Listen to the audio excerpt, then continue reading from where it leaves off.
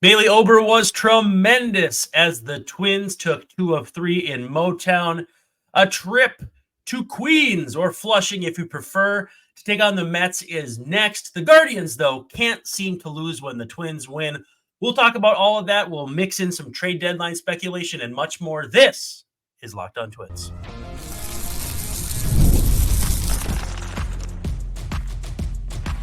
You are Locked On Twins, your daily Minnesota Twins podcast. Part of the Locked On Podcast Network, your team every day. Well, hi there. It is Locked On Twins, and this is Brandon Warren. You can unfollow me on the tweets at Brandon_WARNE. Been watching the Twins for 3 decades now, covering them for about half that long. Across the screen from me, if you're watching on YouTube, is Mr. Dave Brown. Talk to him, Dave. Brandon, I've been in the Baseball Writers Association since 2012, and I've been a ball writer since of the MLB variety since about 1998, the summer of Sammy Sosa and Mr. Mark McGwire. Also the summer of Bill Goldberg, but nobody seems to want to talk about that on this show. No, it's fine. Thanks for making Locked On Twins your first listen every day. We're free and available wherever you get your podcasts, as well as on YouTube and as part of the Locked On Podcast Network. We're your team every day. Love to hear from you in the comments. Love to get a 5-star review from you on iTunes or Apple Podcasts, whichever you prefer to call it, Spotify. Wherever you can leave a review, we would love to hear from you. And on YouTube, give us a like, give us a subscribe, give us a thumbs up, give us a high five. Today's episode brought to you by Supply House. SupplyHouse.com is the reliable way to get parts fast. Shop for your next plumbing, HVAC, or electrical job and get fast shipping from coast to coast at supplyhouse.com. Now, Twins getting ready to head to Flushing/Queens. I don't know which is the more, I think it's Flushing is the more proper way to put it.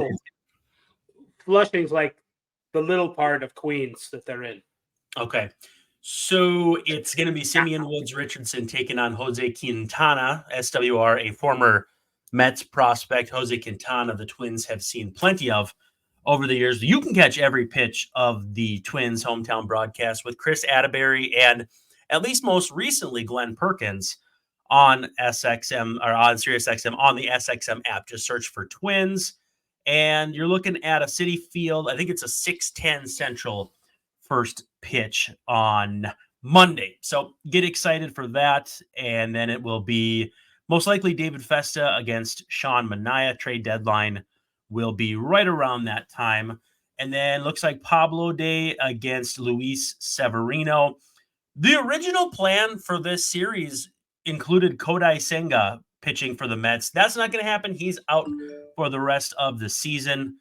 I don't know that I would say it's a bullet dodge because that's not really fair to him, but it's certainly much more preferable, easy for me to say. That's how you'd want it. Yeah. When in doubt, right around it. But I want to give some love, though. Actually, no, you know what? I'm going to start first with how much it bothers me that the Twins can't seem to win on days that the Guardians lose, and then vice versa. Because why can't Rocco make the Guardians lose? Yeah, no kidding. Because in this instance, and I watched the end of the Guardians game today, it was 3-0 Phillies. I think Kyle Schwarber had a couple homers. And Guardians, I don't want to say scratch and claw back to 3-3 because it was a John Kenzie Noel home run to tie it. Stephen Kwan homered to take the lead. And that was that. Manuel Clase came in and did what he does. I think that's his 20th straight save he's converted. And that 9th inning of plate appearances was pretty feeble from the Phillies. Of course, that's because Clase is good. But what's your level of frustration, or at least understanding of my frustration, that the Twins seem to be perpetually stuck 4.5 games back of the Guardians? I mean, they've made up some ground here. It's just, very slow and steady. But slow and steady wins the race if you're a turtle, anyway, according to the hair.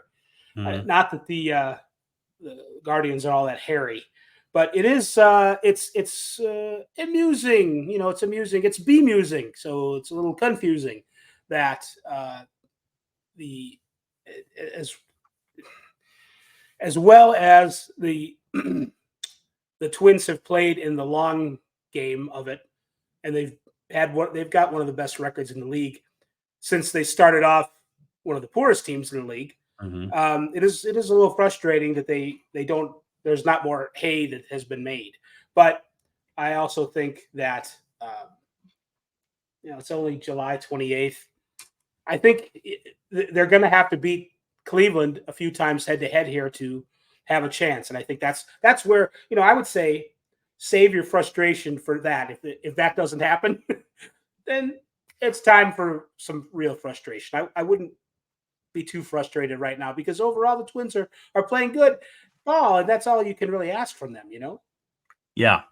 What is your sense for where the Guardians go from here? Not physically, because I think they play Detroit next, actually, but in terms of do they The do anything Carson at the Kelly-less deadline? Tigers.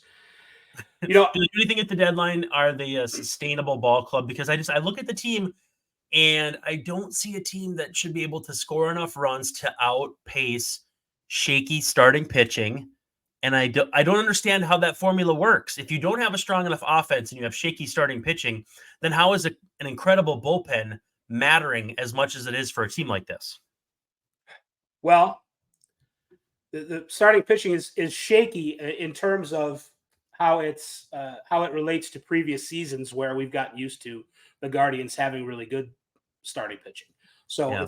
it isn't that terrible, but they get into the bullpen really early, and they're very deep in the bullpen. I think they might be. I don't know if they have more talent than your Minnesota Twins, but they have just about as much effectiveness, right now. Mhm. Hunter Gaddis, or as I like to call him, Hagrid, comes in and does a good job, and Clase Yeah. is just basically perfect. He's in a Played in, class A of his own. ugh, isn't he though? Womp womp. Uh, so I mean, that is a great evener out of things.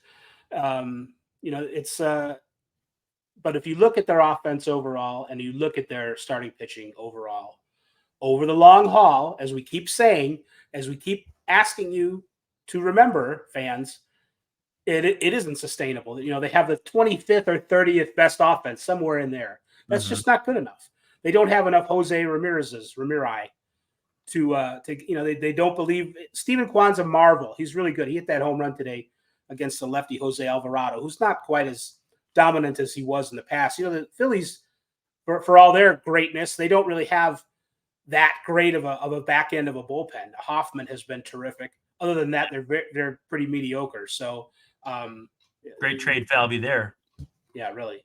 Hoffman was in spring training with the Twins He last was. year. I had forgotten that or didn't know it or at both. Mhm. But I mean, that was a guy that it was hard for anybody to Oh, for sure. squeeze any blood out of that turnip, but the Phillies are doing it. So it's a good thing for them. It's I sound like a broken record, but how broken could the record be if you can hear it? Because it means it's Mhm. still playing. Mhm. I think that if the Twins stick to their selves, they're going to pass the Guardians sooner or later. There's enough time to do it, and I think they will. That broken record thing reminds me of one of my favorite sayings, and it's even broken crayons still color. So, it's just a That's good beautiful, Brandon. I love that. I want to color it's a now. good mental health phrase. Uh, Guardians, before we head to our first break here, what is your confidence level that they do something, anything at the deadline that will matter enough to change the path that you think both of these teams are on? Not going to happen. There's nothing that they're going to do. I don't think so either. They're the Rangers. We mentioned the Carson Kelly trade. The Tigers traded catcher, not backup catcher, but kind of like not quite full starter Carson Kelly to the Rangers. I could see them doing something like that. I'm not saying that they need to replace Austin Hedges, although offensively it might help, or Mhm. even Bo Naylor for that matter. But they might add there, or they certainly could use another starting pitcher, or they certainly could use someone else in the lineup, maybe 3 guys, 4.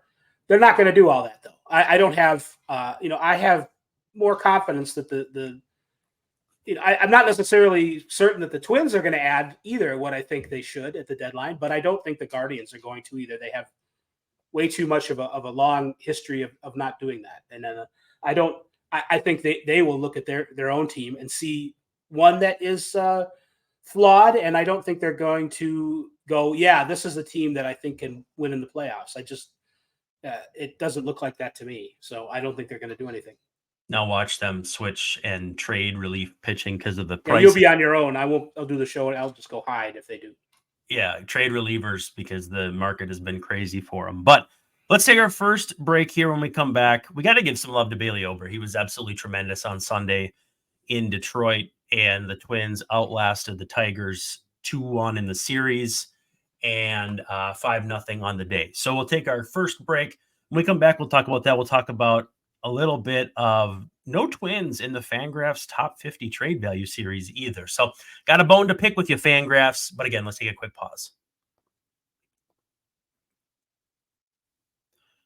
Well, Stitch Fix is at it again. You know that you get an instant confidence boost when you find an outfit that you really like and you can wear it out on the town, whether you're going out with the wife to get a bite to eat or go see a movie, or if you're going to a job interview, if you've got someone you've got to dress to impress, Stitch Fix is the way to go. I got a jacket from there and I got a couple of shirts, and they were super easy to deal with. I sent the shirts back. I got the credit, and I actually have a really nice pair of shoes on the way. I'm hoping to get here before I get to head out on my vacation, because it'd be really nice to wear a pair of brand new Adidas on my trip. But even if they don't get here, they'll be waiting for me when I get back. With Stitch Fix, though, you get a stylist who understands your style, size, and budget, and they do all the shopping for you. Now, you could do what they call, I believe it's freestyle, where you shop on your own. But if you want to follow the process, stick to the process, this is the way to go. They will have a stylist. They'll ask you questions about your sizing, your color preferences, your pattern preferences, and then show you some clothes. Will you wear this? Will you never wear this? Would you maybe wear this? It's a whole questionnaire you fill out, and then they send you boxes of 5 items just for you that they pick out. You piece together an outfit, and then you send back what you don't want. It's free shipping back. If you keep all 5, you get a nice little discount. It's style that makes you feel as good as you look. Now is the best time to get started at stitchfix.com/MLB and get $100 off. That's $25 off your first 4 fixes for a limited time only. And by the way, if you keep everything, again, you get a nice little deal besides. That's stitchfix.com/MLB for $100 off. Stitchfix.com/MLB. You must redeem your offer within 7 days of sign up, and the offer does not include kid fixes. But I don't know if I ever prepared myself to say kid fixes in my life. It's kind of a tough phrase, kind of sticks to the roof of your mouth a little bit. When you sound professional when it comes out. I don't know what your criticism is there. I think you're doing fine. I appreciate that greatly. Now, Bailey, we're not doing the trade stuff yet. We're doing Bailey Ober. Bailey Ober. Stop arguing with yourself. 20 swings and misses. Just an absolute clinic put on by Ober in a one-hitter, a combined one-hitter, if you really want to get specific. By the way, there was a little grumbling that Ober didn't go back out for the 9th inning. Sure. Honestly, I don't really see a reason to push him. And it was 98 pitches. 98 pitches, 65 strikes, incredibly efficient, incredibly effective. But if you were ever going to use Caleb Thielbar up 5-0, you want to get him a get-right inning. He did walk a guy, but how many times are we going to say that about Caleb Thielbar? I think we've said that about 12 times. Well, 13 at least. But no, that's not your point. I was thinking that it would have been. I was kind of looking like, well, could he get a Maddox? I think he had 82 pitches going into the last 2 innings, and the Tigers kind of, So I mean, the last thing the Twins need is him like overextending himself unnecessarily in the last inning. It is a little bit on the cautionary side, but I would say a great deal of the major league managers would have done what Rocco did. I find myself, how many times have I said that about decisions that Rocco makes? Rocco. It would have been, it's kind of cool to have a one-hit shutout, but that's all it is. It's like, are we here to win games? Are we here to, put our team in a position to win tomorrow too, and the next start for Bailey Ober? Or do we want some, You don't get any more points for maybe Bailey would be like, well, that would look good in my arbitration meeting. This shutout. You can't say that now. And the Twins would be like, yeah, why didn't you pitch a shutout? Well, I would have if Rocco would have let me. I could see maybe one of those arguments coming. That's probably the only thing where I'd go, maybe for the player's own sake, you got to let him pitch that inning. But other than that, it's fine. He doesn't strike me as that kind of contentious, but maybe. Maybe his attorneys, you never know when you get into those negotiations. Right. True. 50 swings, 20 whiffs. The whiffs came on a lot of them on the changeup, 12 of them, which it's a staggering number. 19 swings, 12 of them were misses.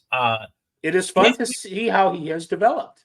He is an incredible success story for the Twins pitch lab or whatever you want to call it. I think short and sweet, that's the best part about today, I think, is the long-term development of Bailey Ober. We all know he has struggled against the Royals, especially the first start of the year. Do you want to hear some numbers about how he's pitched against everyone else? Oh, that sounds fun. Yes. Well, against the Tigers, he's got a 397 OPS against this season, which is I'm not even sure how you put that into context. Like, it's very low. Not to be rude, it's like worse than Christian Vasquez. This guy has a 0.69 ERA against him this year. That is 2 earned runs in 26 innings. For the season, outside of the Royals games, a 186 batting average against, a 242 on base, a 332 slug, so a 574 OPS. 116 strikeouts in 108 2/3 innings, so 9. Cy Young contender. Right, 9.61 per 9. Let's see if I can find other things here. ERA, I guess that's pretty important. 2.82 with a 0.89 whip. So basically, keep this guy out of Kansas City, and like you said, Cy Young candidate. Like, honestly, maybe sneakily that kind of pitcher. And if you isolate just that first start, which again, I know there's arbitrary time spans and stuff, but again, a guy's entitled to one bad start.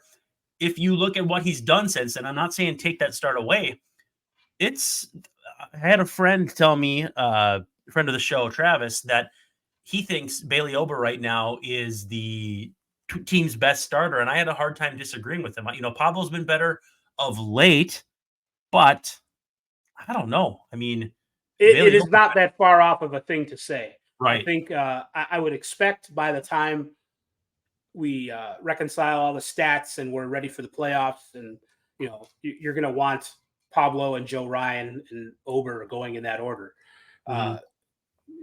just because that's how it's going to give you your best chance to win. But he's not that far off. Ober is in that group, in that class of very good pitcher having an excellent season. Sometimes Pablo's stats are going to look a little skewed because of a few outings, but I would expect, his expected numbers are still very good. And those are 3 guys that you do not have one problem whatsoever with those. That's any team would be happy with those 3 guys pitching in the playoffs. We need to do away with the idea that every team that wins the World Series has 3 aces and a healthy offense. That seems to be the prevailing thought from a lot of people in this market, just because the Twins had gone so long without success in October that they started obsessing with the idea that, unless you have David Price, Max Scherzer, and who am I missing? Justin Verlander, the best of the best, that you can't win in October. Well, guess what? Those guys didn't win in October. And it takes a village. I do have the numbers for Ober pulled up since that first start. And honestly, we'll see if the page, there we go. 19 games pitched. So you just subtract March. I mean, it's as simple as saying March doesn't matter. I don't think anybody wants to relive March. 3.17 ERA, 0.93 whip. Batting average against him 197, 249 on base, 360 slugging percentage. 3.17 ERA, like I said, sub 1 whip, 10-4 record, which I guess I don't care that much about, but 120 strikeouts and 26 walks in 113 2/3 innings. Again, I'm not saying that is a Cy Young candidate per se, but it's in that conversation for sure. Like he's one really good start from knocking that number under 3. And get this, his splits are almost exactly the same. ERA 3.18 at home, 3.16 on the road, 106 whip at home, 0.85 on the road, strikeouts per 9, 9.73 at home, 9.35 on the road, strikeouts per walk, 4.9 at home, 4.44 on the road. This is a guy who's turning into a dude. I will say, I think that's a good way. It's a funny way of putting it. Travis's point about is he the best starter on the team, and it not being far off. I think when you from just a feeling standpoint, you go into a game right now with Pablo starting, and you're kind of wondering, well, is he going to have a clunker where he's given up a couple home runs and gets beat around a little bit. And kind of the same thing goes for Ryan. You don't really have that feeling right now with Ober. You feel like this is going to be a clean game. You expect these two earned runs in 6 innings, like at the least, or at the worst. You just have a lot of confidence in the guy right now. It's sort of like he exudes that on the mound, and we feel it watching him. And he is not that far off from being among the elite pitchers in the American League. He's not. If I were to say one word that I think reflects what he looks like on the mound, it's unbothered. He just looks for sure. Unbothered. Trevor Plouffe has a nickname for him. It's the Bearded Nightmare, and I think that's kind of fun.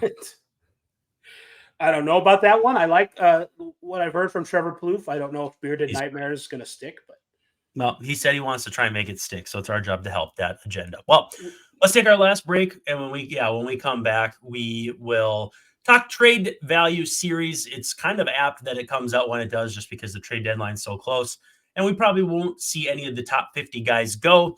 But again, it's still good for filling time on shows like this. So again, final break, and then we'll come back with that. Supply House wants you to know that you can get supplies from the site that's made for the skilled trade, and that's them, supplyhouse.com.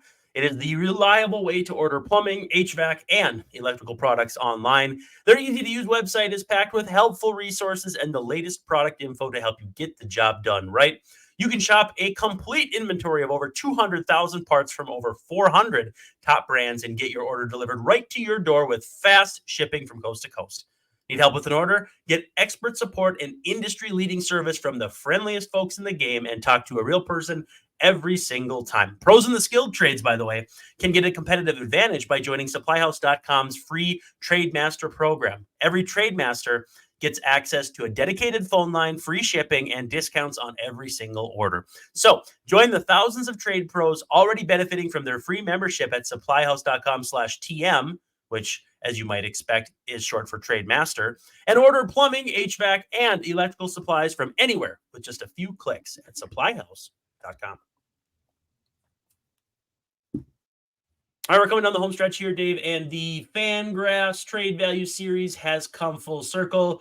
Friend of the show, Ben Clemens, I don't know if he knows he's friend of the show, but has put together a 6-part series, starting with the honorable mentions, then doing 10-player bits, and that was this last week here. And as far as honorable mentions, he did have twins there, right? Sorry, what? There's some twins there.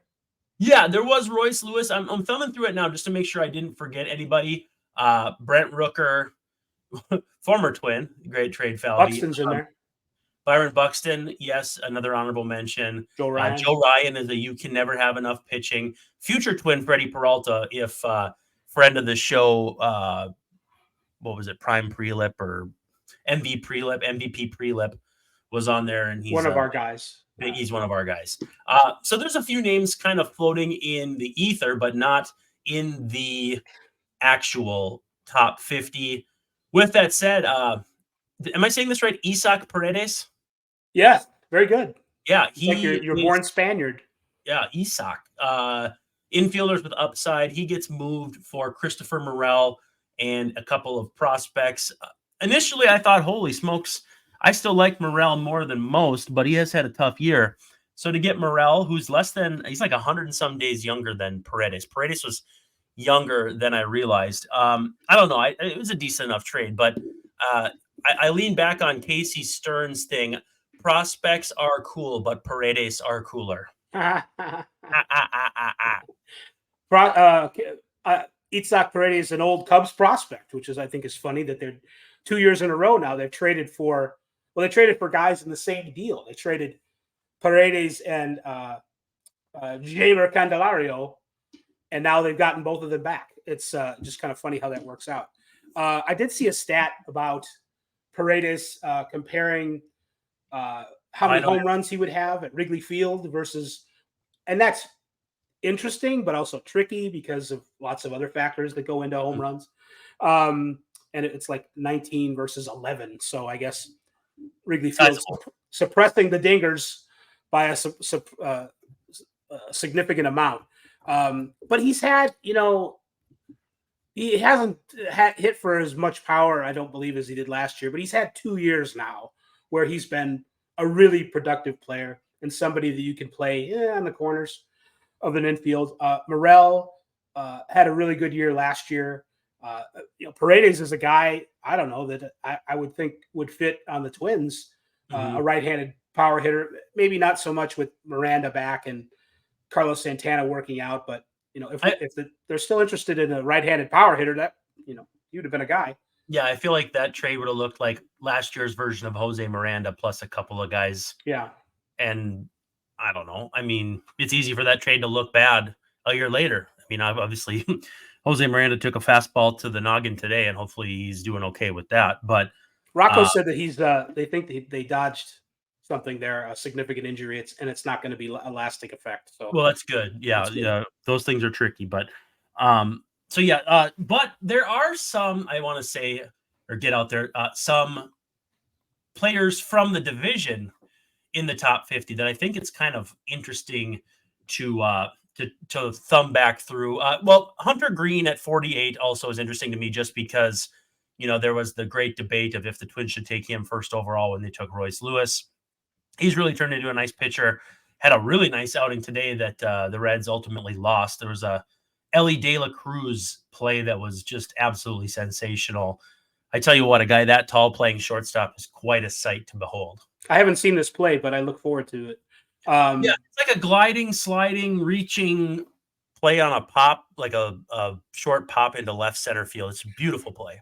Well, you look at Hunter Greene coming into this season was a guy that people thought, well, he's got a lot of talent, but he hasn't shown the signs, I guess, if you're being really impatient, that you're going to be a successful major league player. But with half a season, you can change perceptions all the time. So that's one reason why I don't get too my underwear in a bunch over stuff like this, just because I think there's just a lot of similarities between the guys who make the top 50 and the next 25. So, and also guys who are sneaky. And it's also, this is really an ambitious kind of project that Fangraphs does. Yes. I don't know how valuable it is. I don't know how accurate it is. Honestly, of all the things that they do, it's like one of the more fun things that I suspect they get a lot wrong, and then anybody would with lists like this. I think the change year over year proves that. Yes. So it's not. It is. I'm not gonna take too much off of the Twins for not having more guys on the list, and I would just say that give it a little more time, and we'll see maybe a different list. Again, it's a team that's built on depth and not necessarily standouts. And the standouts are Carlos Correa, signed for a bunch of money, so that's not a great trade value. Byron Buxton, who has a no-trade clause besides. I'm not sure if that counts, but again, injuries. And then Royce Lewis. I mean, if you knew Royce Lewis is going to be healthy for the next 10 years, he's probably top 10 on that list, probably maybe even top 5. Well, even Brandon, if he hadn't been hurt this year, he would be, because he'd have 25 or 30 home runs by now. So he would definitely 4 years of control or whatever. Yes. So he would definitely be up the list a little bit more than he is. So, all right. Well, before we get out of here, I do want to read the list of AL Central players. Assuming I didn't miss anybody. 47th is Tanner Bybee. Stephen Kwan is 30th. Luis Robert Jr. at 28. 24 is Tariq Skubal. 17th is Jose Ramirez. 13th is Riley Greene. And 2nd is Bobby Witt Jr. I freaking love Bobby Witt Jr., but I also really like Riley Greene. Have you seen Bobby Witt Jr. splits this year? I haven't seen him do the splits, but no, I know that you were talking. We were talking about the difference with Bailey Ober pitching against the Royals, and Bobby Witt and like a few other guys in the Royals have really, really, really good stats at home, at the home ballpark. And some people, I think, kind of half jokingly, have said, well, what kind of something untoward going on at the Kauffman Stadium? Somebody hiding in the fountains. So not Access Twins or Locked On Twins investigates. Dave, you got to go check it out.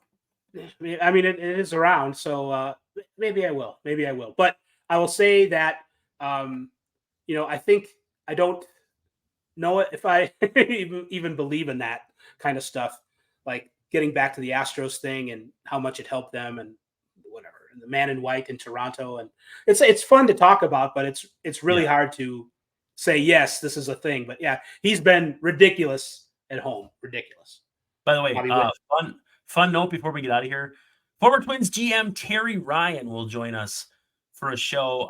I think it'll run tomorrow, but we got some stuff kind of all over the place with vacations coming up. So we'll see.